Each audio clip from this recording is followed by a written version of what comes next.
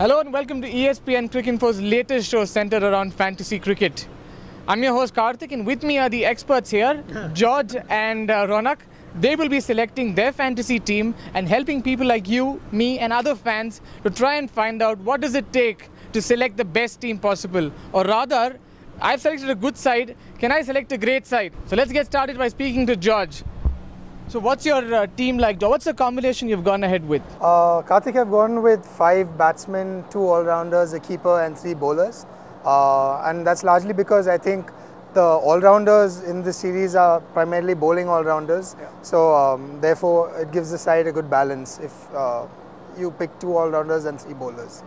There is another combination which basically has 4 batsmen and the rest, and with 1 keeper, and then having 6 people who could potentially bowl. Yeah. Well, that 6 bowlers probably going to take 1 extra wicket for you, you know. So I think having 6 bowlers is a bit excessive. You're just spreading your bets then. I think it's better to pick fewer bowlers but go for the ones who you think will take you more wickets. Yeah. So George, also on that same point, you know, when you mentioned 6 bowlers, you need to have 6 really good bowlers then. If you look at both bowling attacks, you'd go with your usual, you'd pick Steyn, Philander, maybe 1 more South African, at best 1 or 2 more Indians if you really want to force it. 6 bowlers in both teams would be pushing in for this tour.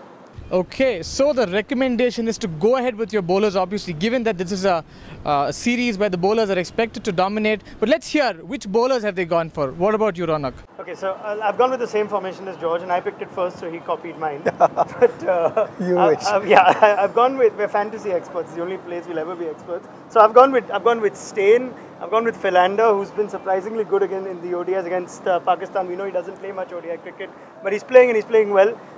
Then I've also gone with Mohit Sharma because the budget is 100 million and you've got to squeeze in some player who's not expensive, and as per our fantasy, most players are expensive.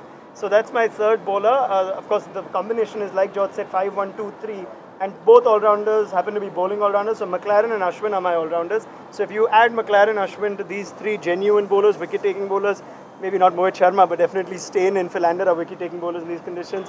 Those are for me at least, those are the ideal bowlers I'd go with, and that's what I've gone with. So both of them have gone ahead with the combination 5, 1, 2, 3. If you heard that number, 5 is the number of batsmen in your side, 1 is the wicket-keeper, 2 are the number of all-rounders, and 3 are the number of bowlers. So totally 5 bowlers that can get points for both George as well as for Raunak. But 54% of users have gone ahead with that, and our experts also seem to agree with that. In terms of the wicket-keeper, who do you think is a better choice? I would have loved to have AB de Villiers in my side, but I've gone with de Kock because he's much cheaper and he also opens the batting. So he's going to get that opportunity right up front. AB de Villiers, if he batted at 4 or 3, would be ideal, you know, but he bats, in my opinion, too low down the order. So I've gone with de Kock because he allows me more flexibility with the budget. Yeah, and also it seems like de Kock is the keeper when AB plays as well. So the points that you're going to get as a wicket keeper for the catches and stumpings, AB de Villiers may not be getting because he doesn't keep wicket when both him and de Kock play. So that's why I think both of us have gone for de Kock. That's the Manoj Badale strategy, huh? Get your players cheap and get the best players. So they've gone for Quinton de Kock over Mahendra Singh Dhoni. So let's look at the batsmen. Who are your batsmen? Start with you, Raunak. I've gone with 2 batsmen from India and 3 from South Africa, Virat Kohli and Shikhar Dhawan. Now, I just think Rohit Sharma's very, very dark purple patch has to come to an end at some point. And I'm going with Kohli to be the most flexible player in all conditions.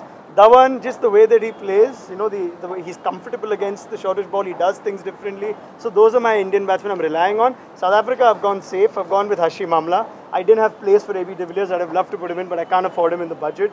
So I've had to compromise there. Can't pick him either because he's a keeper. Yeah, can't take him there. Exactly. So that's the one thing in the game that we can't do.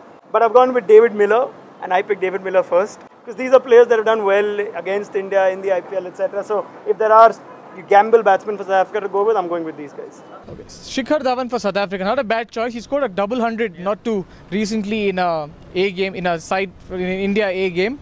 We'll have a look at what George's taken for batsmen. Well, my Indians are Kohli and Rohit Sharma because I think Rohit Sharma will do well in South Africa this time.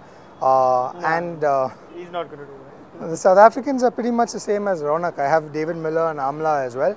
but I also have Dean Elgar instead of JP Duminy. Now Dean Elgar is not going to play unless 3 South Africans get injured, but because he costs only 6.5 million, I've been able to pick Shami Ahmed and Bhuvneshwar Kumar as well as my bowlers. So he's actually gone for a 10-man team. He knows the 11th isn't going to play, but he's gone for 10 really good players, and he thinks those 10 will get him more players than a collective 11. Yes. Both the verdicts are largely similar, except for the fact that George is invested in Shami Ahmed and in Bhuvneshwar Kumar, whereas Raunak's taken complete, or rather given complete faith in South Africa's bowlers against Indian batsmen. So that's where we'll end episode 1 of this particular series. Do log on to ESPNcricinfo and play fantasy cricket, and do let us know what you thought about this show.